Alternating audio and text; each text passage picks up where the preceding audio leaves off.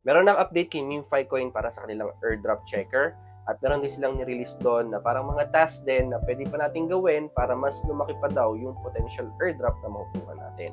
Open nyo lang tong account nyo and then i-click nyo tong airdrop para makita nyo nga yung sinasabi kong additional tasks. At ayang mga nasa baba, yung mga tasks na pwede pa natin gawin. Sabi nila dito mga paps, qualify for a larger airdrop.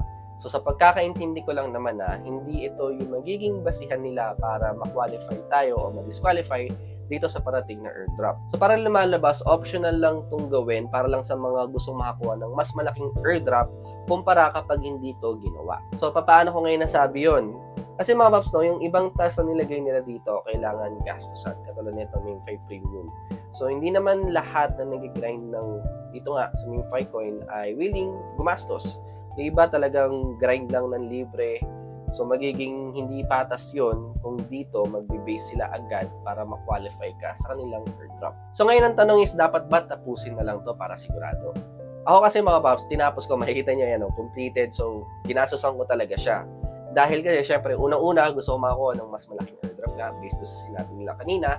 Pangalawa naman, pinakita ko rin sa community na meron ako sa TG kung paano tinatapos yung mga task dito. And then dun nga pala sa pinakababa niyan mga paps, itong good to know, maganda basahin nyo rin yan.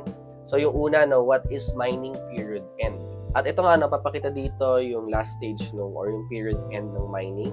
Alam naman na natin yan. Tapos hindi na mag-earn ng coins kapag nag-end na yung mining. Ito mga ito, yung last part no, sa eligibility status.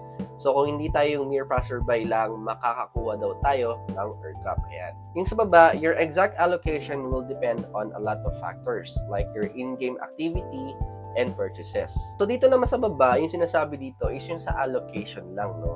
So magbe-base sila kung gaano tayo ka-active at kung gaano karami yung binili natin o yung ginastos natin sa kanila. So syempre, kung wala ka nito, well, dito sila mag-base sa in-game activity. Dito naman sa baba, no, paano ma-maximize yung airdrop. So syempre, unang-una na nga dyan yung ginastos natin sa kanila, yung mga pinagbibili natin dito sa MemeFi Coin. Sumunod naman, yung premium will increase your airdrop. Tapos may lifetime access to all grand events with okay. So kasama dito yung Lambo. Ito naman mga paps, yung daily check-in. So kailangan dito gumastos ng 0.2 ton. So magkano rin yun. So ako one time ko lang to ginawa para lang ma-qualify nga ako dun sa airdrop, no, yung larger airdrop na makukuha. Long-term and active users are prioritized. So dito naman kung talagang OG ka, dati ka pang naglalaro nito ng MemeFi Coin, so mare-rewardan tayo dito. Ito naman, yung well-deserved rewards. So yun mga paps, no, pinakita ko na sa inyo kung paano gagawin yung airdrop na nilagay nila dito ngayon. And ito, try nyo rin itong tapusin itong OKX, no? Kasi 25M coins din yung makukuha nyo dito at madali lang gawin yan. So yun, no, i-connect nyo lang dito yung OKX wallet nyo since nakipag-partner sila sa Sui Network. Then after that, makakakuha na agad kayo ng 25M coins. So sayang din yan, napakadali. Wala tong babayaran na stars to, libre lang yan. So yan mga paps, kung meron pa kayong tanong about MemeFi Coin, comment nyo lang yan dito. At syempre, join na rin kayo dun sa TG community namin, no?